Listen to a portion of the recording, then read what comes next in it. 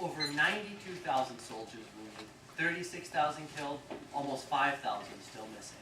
These are grim statistics. Consider the conditions. You are under enemy fire, 500 rounds per minute exploding. Shells whiz by. Your heart pounds as you run for cover. Let's go back to 1950, the Korean War. Among devastation, rugged terrain, and often terrible weather, a hero moves selflessly helping a fellow comrade.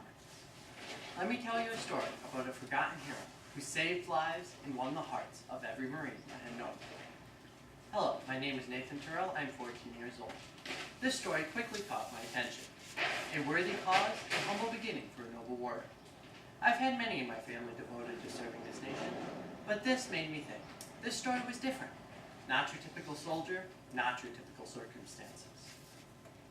Let's journey back through the pages of history to where this story begins.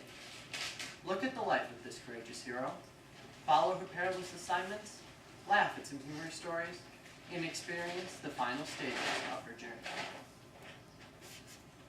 Do you know this hero I speak of? Her name is Sargent, a small but beautiful Sorrel Mongolian mare that quickly became pride of the Marine Corps, known for her courage, bravery, and valor. Our story begins in Seoul, Korea. World War II had taken its toll on this area. People had to work very hard and money was scarce. Here we meet Kim Hak-moon working with his young racehorse named Flame in the morning. Kim tried to spend as much time at the track with Flame as he could, but he and his family had to work in the fields day and night. While working, Kim's sister lost her leg due to a landmine. Desperately, Kim wanted to buy her an artificial leg, but they were too expensive. Now, a new war was upon them. As the war raged, an American named Lieutenant Patterson decided he needed a horse to help his men carry ammunition. So he headed to the track. There, he found Flame and offered to buy her. Kim agreed if he was paid enough money to buy his sister an artificial leg. Lieutenant Patterson paid $250 and headed back to his men, eager to begin her training. Intended for the track, but because of these unusual chain of events, her future as a racehorse changed. She became a member of 7th Flock, the Always Faithful. Back at camp, Lieutenant Patterson decided that Private First Classman Robert Coleman would care for her, and Sergeant Joseph Latham would put her through hoof camp. They changed her name to Reckless, after the nickname for the recoilless rifle. She was now part of the Recoilless Rifle Platoon, Anti-Tank Company, 5th Marine Regiment. Hoof camp began teaching Reckless how to quickly get in and out of a small trailer. She would need to ride in this at a moment's notice.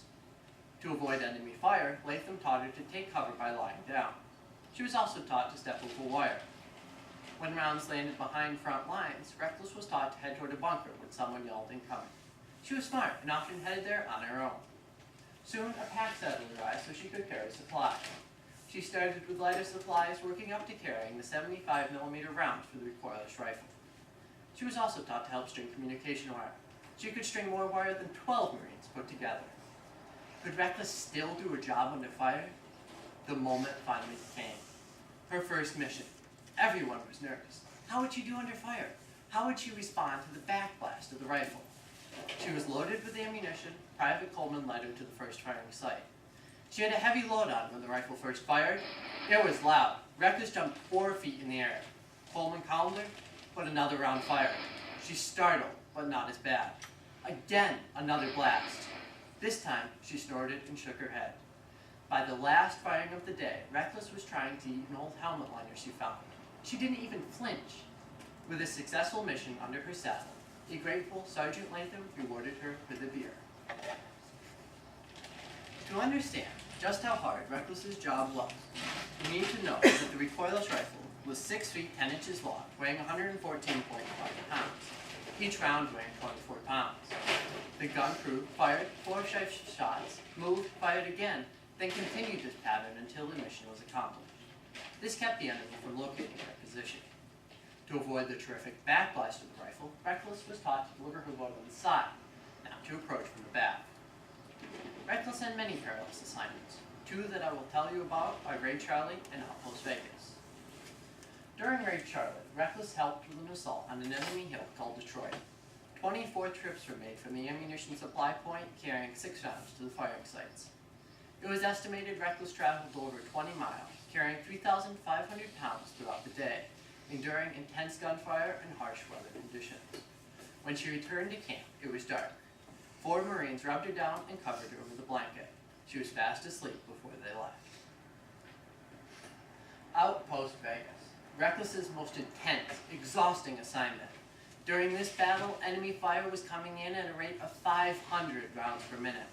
She made 51 trips, traveling more than 35 miles, carrying over 9,000 pounds of ammunition. Not only carrying ammunition to front lines, but wounded soldiers to safety. She began her day loaded with 8 rounds. The first few trips, she was shown where the ammunition supply point and firing sites were. After that, she made most of the trips by herself. The most grueling part was a rugged, twisting path up a 45-degree slope with 250 feet before a resting place. The farthest firing site was an exhausting 20 minutes away. After a grueling 21 trips, Latham took off her pack, fed, watered, and examined her. She was able to rest for a short while. Wounded twice by shrapnel, she continued working throughout the day. To replenish her strength, she would eat grain, candy bars, and drink water from Sergeant Latham's helmet. Reckless did such a good job. After this battle, she was promoted to sergeant. On one mission, she shielded 4 men from enemy fire. Often, men would throw their flak jackets over her during the most intense firestorms. Commanding officers didn't appreciate this, but they never told the men to stop. They knew how much Reckless meant to them. Some humorous stories. When Reckless joined the Marines, they were not prepared to feed her. Her first meal consisted of bread and uncooked oatmeal. From then on, she would eat anything and everything. Her favorite was scrambled eggs with coffee and sea rations. She grew fond of Coca-Cola, beer, whiskey, bourbon, and milk. This she drank from a cup or someone's helmet. Whenever Reckless wanted something extra, she would nibble or nudge someone. One rainy night, Reckless came into the tent where some men were playing poker. She went over to the stove to warm up. The men stopped their game momentarily, gave her a rub-down, and threw a blanket over her. Once warm, she decided to see what was going on at the table. She watched the poker game from behind Latham. Soon bored with the game, she became interested in his poker chips. Thinking it was a good idea, she grabbed a mouthful. Desperately, he tried to retrieve his chips, but didn't succeed. From then on, Latham was convinced Reckless owed him $30. Off-duty Marines would travel to where the Australians were camped to have some fun. They usually ended up talking about Reckless. One night, the Australians sent Reckless a bush hat. It was quite an honor. Reckless, however, didn't think so. The next morning, Latham woke up to find only a sweatband and part of the brim. On cold nights, Reckless would walk into the men's tents. The Marines always made room for her so she could lie down next to the stove. After the war, many Marines wanted Reckless to come to the States with them. Since Reckless wasn't government property, she was not allowed to travel with her unit. The vice president of the Pacific Transport Alliance heard about Reckless's dilemma. He allowed Reckless free passage on a company ship so she could join her comrades at Camp Pendleton. I told you that Reckless ate everything. On the trip home, she ate her blanket, ribbons and all. The press would be waiting. How was she, a hero, supposed to be welcomed home without it? Her old friends at home heard and rallied together. They were able to have a new one waiting. On November 10, 1954, Reckless took her first step onto American soil. That evening, she was guest of honor at the Marines' 179th birthday celebration. The festivities took place on the 10th floor, which meant she had to take the elevator. In true Reckless style, she enjoyed her cake, even started in on the centerpieces. Before being stabled at Camp Pendleton, Reckless took some leave of Lieutenant Patterson, the man whose vision to help his men led on an extraordinary journey with a little Korean racehorse. At Camp Pendleton, she became property of the Marine Corps. Here, she lived out the rest of her life, enjoying guest appearances and 100-mile marches with her beloved 5th Marines. She gave birth to 4 foals. In 1959, Reckless was promoted to Staff Sergeant by General Tate. He stated, "In my career, I have seen many animals that have been adopted by Marines, but never, in all my experiences, have I seen one which won the hearts of so many as did Reckless." In 1960, Reckless retired with full military honors, a true American hero. 2 Purple Hearts, Good Conduct Medal, Presidential Unit Citation with Star, National Defense Service Medal, Korean Service Medal, United Nations Service Medal, and Republic of Korea Presidential Unit Citation. These she wore proudly. She lived with her beloved Marines until her death in May 1968. She was 20 years old. Taking a look back to where the story began, we followed the life of this courageous hero through her perilous assignments, laughed at some of her antics, and heard about her final journey.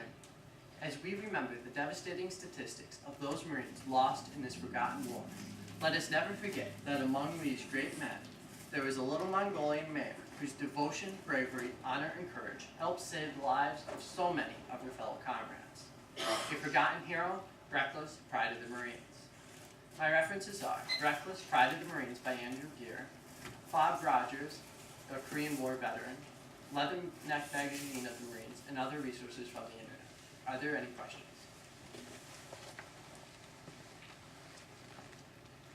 Yeah, is beer the official beverage of the Marines? That was after such a great job, that's what she got. Actually, my question is about Bob Rogers. What is his story in reference to Reckless? Question was, what is Bob